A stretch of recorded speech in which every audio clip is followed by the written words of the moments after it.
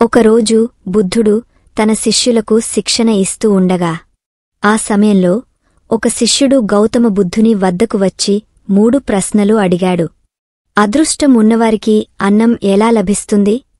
ఈ ప్రపంచంలో అసలైన శక్తివంతుడు ఎవరు? ఇచ్చిన మాటను తప్పితే ఏమి జరుగుతుంది? ఈ ప్రశ్నలు విన్న బుద్ధుడు, నీ ప్రశ్నలు చాలా గొప్పవైనవి. ఇవి ప్రతి మనిషి తెలుసుకోవాల్సిన విషయాలు. ఇప్పుడు నీకు ఒక కథ చెప్తాను. అది జాగ్రత్తగా వింటే నీకు ఈ ప్రశ్నలకు సమాధానం దొరుకుతుందని చెప్తాడు. ప్రాచీన కాలంలో విశాలమైన ఒక అడవిలో మర్రిచెట్టు ఉండేది. ఆ చెట్టుమీద ఓ గద్ద నివసించేది. చెట్టుకు కొద్ది దూరంలో నేలపై ఉన్న ఒక చిన్న పుట్టలో ఓ పాము జీవించేది. ప్రతిరోజూ ఆ గద్ద ఆ పామును గమనిస్తూ ఉండేది. ఈ పాము ఎప్పుడైనా బయటకు వస్తే దానిని పట్టుకుని తినాలి అని గద్ద తనలో తాను అనుకుంటూ ఉండేది. ఒకరోజు పాము పుట్టలో నుండి బయటకు రావడానికి ప్రయత్నించింది. కాని గద్దను గమనించిన వెంటనే భయంతో వెనక్కి వెళ్ళిపోయింది. కాని గద్ద మాత్రం పాము ఎప్పుడైనా బయటకు వస్తుందా, ఎప్పుడు దానిని పట్టుకోవచ్చా అని క్షణక్షణం వేచిచూస్తూనే ఉంది. ఆ పాము చాలా కాలంగా ఆకలితో అలమటిస్తూ ఎవరైనా వచ్చి నన్ను కాపాడితే బాగుండు అని అనుకుంటుంది. మహారాజు విక్రమాదిత్య ఇక్కడికి వస్తే నాకు ఉపాయం చెబుతాడు అని ఆశిస్తూ ఉండేది.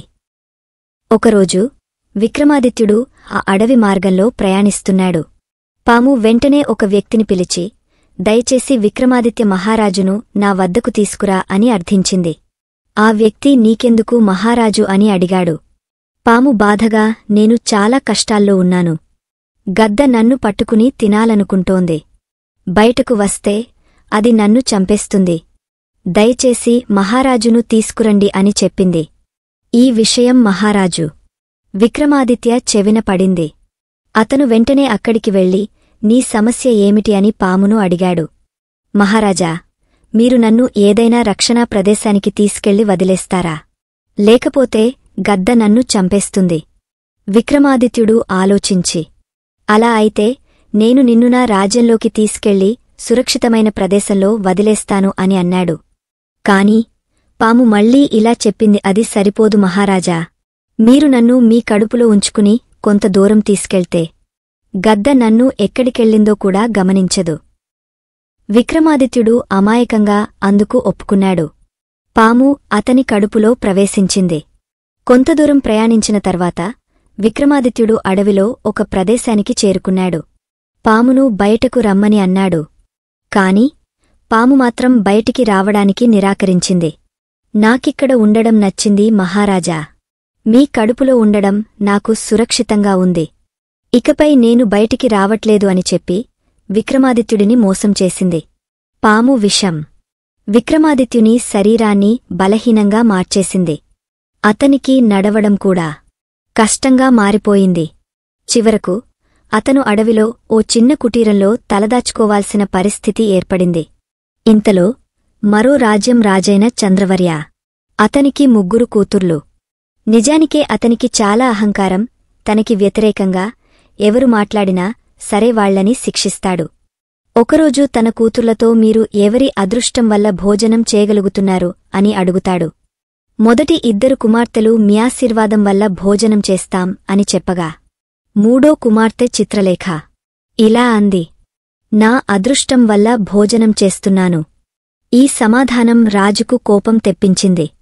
దీంతో తన కూతుర్ని శిక్షించాలని వెంటనే తన రాజ్యంలోనే బ్రాహ్మణులను పిలిచి, మీరందరూ నా కూతుర్లకి వివాహ సంబంధం నిశ్చయించండి.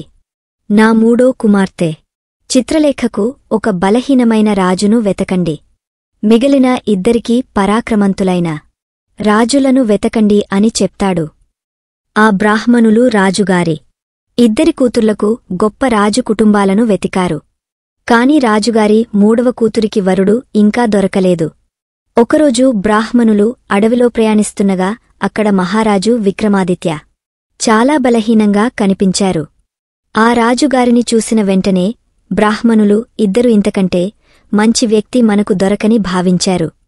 అందుకని ఇతనితో రాజు యొక్క 3వ కూతురు పెళ్లి చేయడం మంచిదని రాజుగారికి చెప్తారు.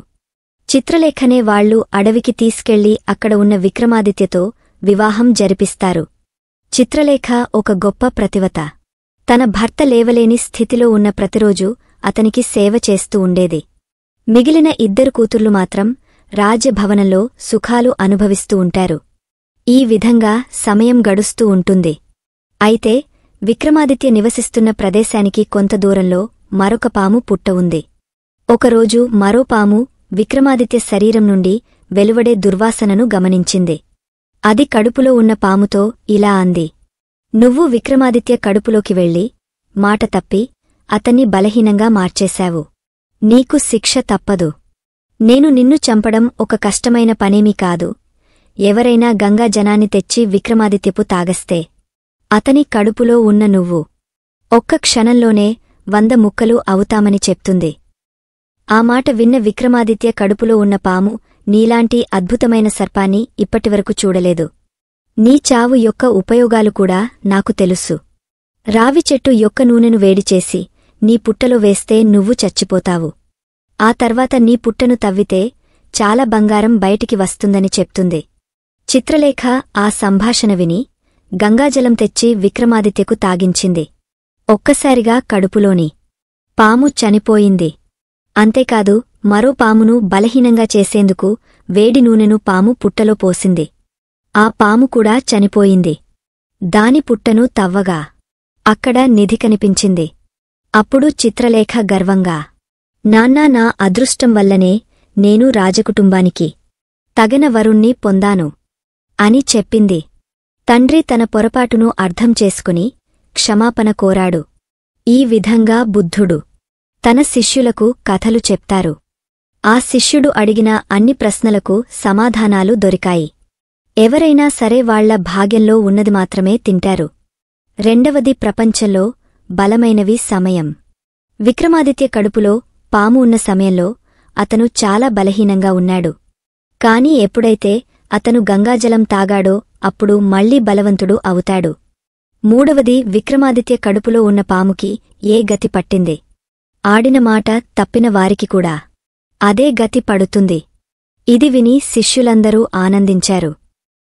ఇటువంటి మంచి వీడియోస్ కొరకు మా ఛానల్ని ప్లీజ్ లైక్, షేర్, సబ్స్క్రైబ్ చేయండి. మరిన్ని వీడియోస్ కొరకు మాకు ఇన్స్పిరేషన్గా ఉంటుంది.